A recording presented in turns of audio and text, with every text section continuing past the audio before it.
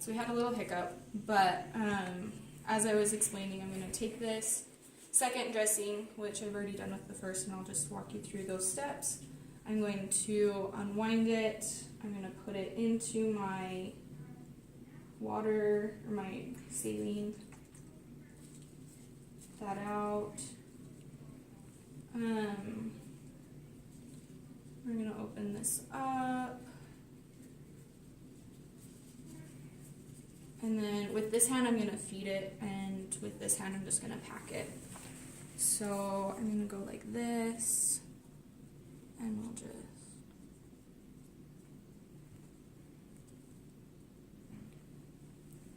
Okay. So we're just assessing the outside of the skin, making sure that since this is a wet dressing, it can cause skin breakdown on the surrounding tissue if it were to come in contact with it. So we're just going to be careful not to do that. We're done with this, we're just going to throw that away. At this point, I can cover my wound with my 4x4s if I choose, or I could use my circular dressing, kind of whatever you want.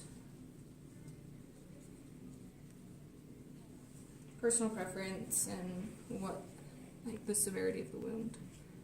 So we'll just make sure that that's there. Again, we have our ABD pad. The inside of this is sterile, so we want to be careful with that. This is something that I will explain in a minute. So we're just going to take this, we're going to place it right over the top of the wound. At this point, I'm going to take my tape. And at this point, it's more of a clean procedure than a sterile procedure since the wound is covered. So I'm going to take my tape and we'll put a piece down there. At this point, I would ask my patient if she has any allergies to adhesives,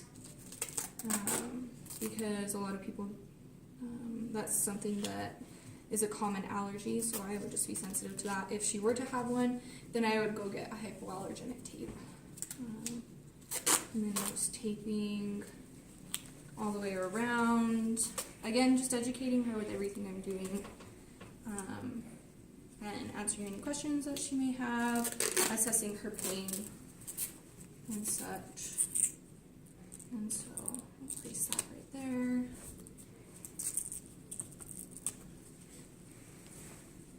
And then at this point, I could take my gloves off if I so chose.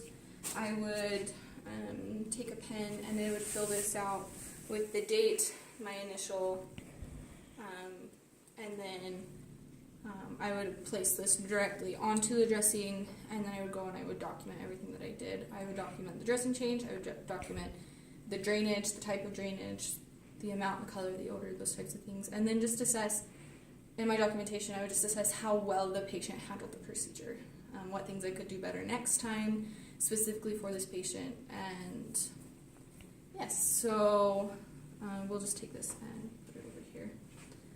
And I would provide privacy for my patient because nobody really wants to be exposed. Return her to a comfortable position. Maybe raise the head of the bed, maybe lay her flat, whatever's most comfortable for her since that wound is on her abdomen. I would then proceed to just clean up my area, clean up all of my supplies, and wash my hands as I was leaving the room, and report any abnormalities to my doctor or my physician. So yeah.